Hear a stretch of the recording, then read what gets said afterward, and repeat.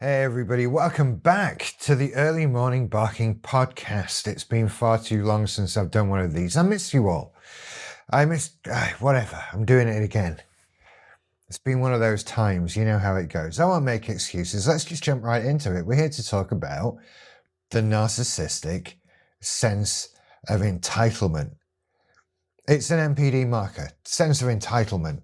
That's mine, I want it, give it me, I deserve everything in the world, etc., etc. You know what entitlement is. And I think this is one that is most evident in the world at the moment as a marker. But I think this is the one that is responsible for narcissist being a buzzword on social media at the moment, right?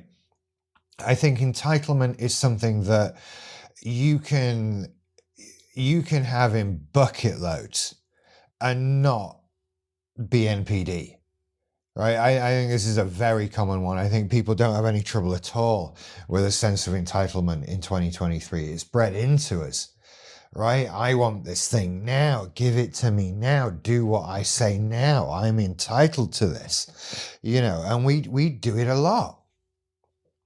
And it's all over Instagram, it's all over Facebook and TikTok and everything. And we call people out. He's such a narcissist.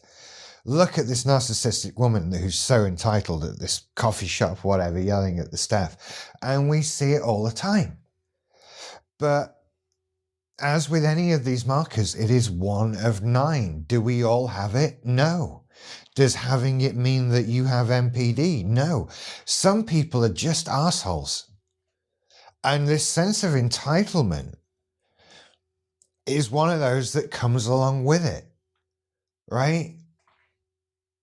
It's one that I hate. And look, this one makes me the most angry still to this day, right? There is sort of when I want something and I'm told no, there is an instant gut reaction of rage and anger and like, how dare you? And then I have to calm down. I have to be more sensible and more grown up and more adult about things. And hey, that's therapy for you, But that sense of entitlement is there, has always been there. And I don't, where does it come from? I don't know. It comes from demanding things, right? It comes from expecting to get your way. I think. It certainly did for me, right? Because I got really good at getting what I want out of people, right? That's generally where it comes to the sense of entitlement in narcissism. It comes down to people. It's not just like I want stuff. It's like I want this control over you, right? That's what I'm entitled to.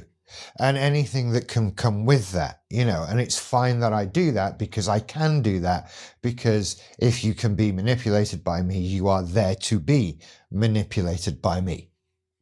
And so I take on this sense of entitlement that comes from a sort of a lifetime of shouting at people and getting what I want.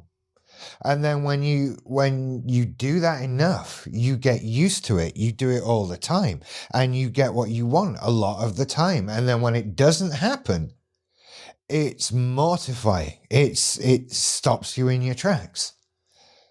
And it's weird. It's like, I'm sorry, you've not understood how the world works. I do this and then you're supposed to give me what I want. Right? And I think, if I've learned that, now I've learned that through narcissistic behavior, through shouting, through being horrible, through all the bad stuff that we hear about narcissists, right? But I think a lot of people are learning this because this is just how the world is trying to be set up. You get what you want, right? The customer is always right, all of this stuff. I think we're just learning it. If I shout, I get what I want. And a lot of people are learning that. And that's why a lot of people want to talk to the manager. We are getting this sense of entitlement in society in general. I don't think it's a good thing at all. But it seems to be there. And so we see it a lot. And we look at the narcissist with their entitlement and everything like that. It's such a weird one. And I think of all of them, this is the most or one of the most noticeable in society. The other really noticeable one being that sense of self-worth, sort of, aren't I gorgeous, aren't I beautiful, aren't I amazing, you should all look at me sort of thing. Because for a lot of people, that trait involves posting a lot of Instagrams, and it's hard to miss those, you know? But this one, the sense of entitlement, gets us into so much trouble. Gets us into this is where we treat people badly. Because, like I say, they're there to serve us, to please us. And when they don't do that, then, then we destroy, or then we discard in whatever form it takes for that particular individual. But if you're no use to us, you're no use to us, right? We don't need you anymore. So go away. That's how that one goes. And it's not pleasant, it's not nice, it's not friendly or fun, but it is what it is. Now, I forget that the original aim of this podcast was to sort of talk about myself, right? In terms of how far have I come? What is my sense of entitlement like these days? And I'm going to say, I think I'm doing pretty well with this one, right? I'm quite happy with how I'm doing with my sense of entitlement because, well, it's not that bad. I'm trying to think of something that I feel I'm entitled to at the moment, because it's pretty much nothing. I've not upset anyone. I've not shouted at anyone. I've not demanded to see a manager for years, you know? And I don't know how I've done that. I wish I could give you some advice. I think it might be just part of the overall getting a grip on reality kind of thing, right? Because so much of the cluster B stuff is you're detached from the reality of the situation, which is quite a vague statement without, I'm not going to go into it. I need to think that through more. But so much of it is like, how I talk about with BPD is like, when I say, like, when I'm talking about BPD rage, and I'm like, no, seriously, but what are you really angry about? That's what I'm talking about. It's that separation from the reality of what you are really upset about, what you are really thinking, all of that sort of thing. And that's where, that the same is true of narcissism as it is for borderline.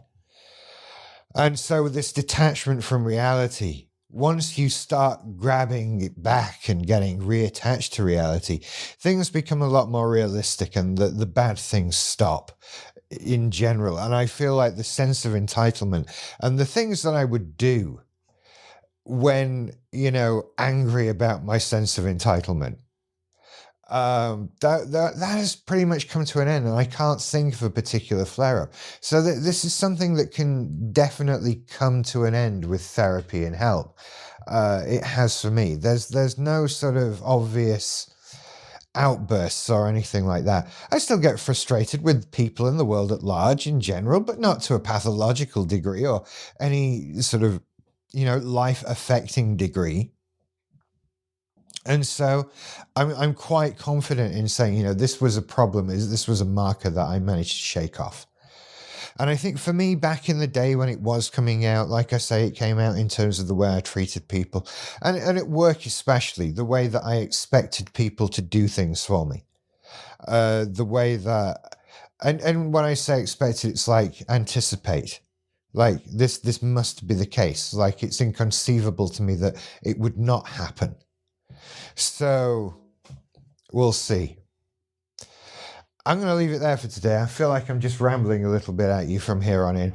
Upshot, sense of entitlement, very bad, treat people badly, all over TikTok and stuff like that. It gets narcissists a bad name.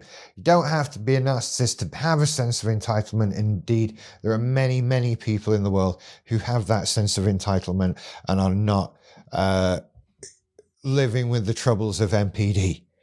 They're just arseholes. Sometimes people are just arseholes. Don't forget that, right? There's plenty of scope for people to be shitty without that being a mental disorder. right? So that's always a factor. So in other news, right, this is the first time in my life I've recorded a podcast with a wireless microphone, and I found myself pacing while I do it, like I'm on the phone. So if you can hear that, I am really sorry. I've tried to not be loud. I've got my boots on inside as well, which is a silly thing. And I'm using like a portable setup, so no big microphone for this one. I do apologize, but hopefully it's not too bad and that sort of thing. So if you just found my podcast, I do recommend that you go and check out my YouTube channel. That's what this is first and foremost, Early Morning Barking over on YouTube. And indeed the same address at TikTok, and I'm on Twitter at Barking and Instagram at Early Morning Barking. All stuff Cluster B.